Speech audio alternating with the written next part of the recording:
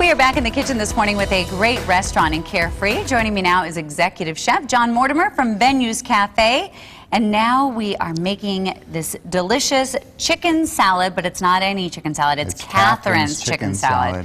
She is the owner there of the restaurant. So when you go in there and order it, make sure you say hi to Catherine. She's always there. So what are you guys doing different, you think, in this salad? Well, first of all, we're using fresh chicken. And most chicken not gets the canned frozen. stuff? Not the canned stuff, although, you know, in a pinch, I mean, you got to do what you got to do. But if you can get a nice fresh chicken breast, one that hasn't been frozen, and then we grill it.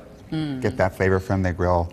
We've diced it up here, and then it's a real simple. First of all, we take some sliced almonds, and they're just kind of crushed up a little bit. We've roasted them off so that they have, you know, bring that flavor out of them.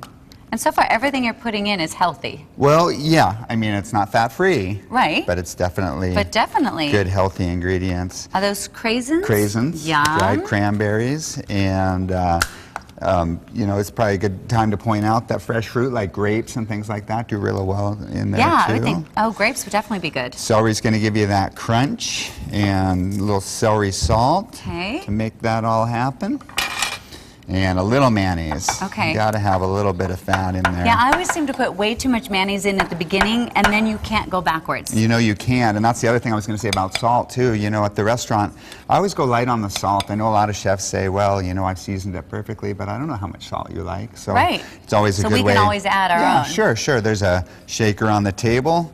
You can take care of that, but I use just kind of enough to bond it all together, and then I usually like to let it sit for a little bit, and that'll get it so it kind of all packs together and all the flavors kind of marry, and it really makes it What's your favorite kind of bread, or that you guys use at the restaurant for this recipe? Well, for this sandwich, I think you just can't beat a nice, soft sourdough. Oh yeah, that's my favorite. And that's what we have here. Usually to start the sandwich, I'll put just a little bit of mayonnaise on each side.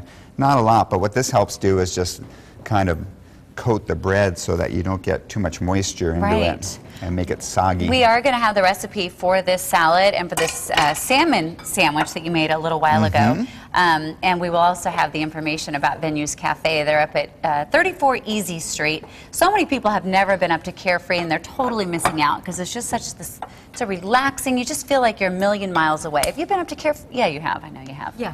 Isn't it beautiful? I love it. Yeah, it's gorgeous up there. Great little town. Well, that looks delicious, and I love all the color in it too.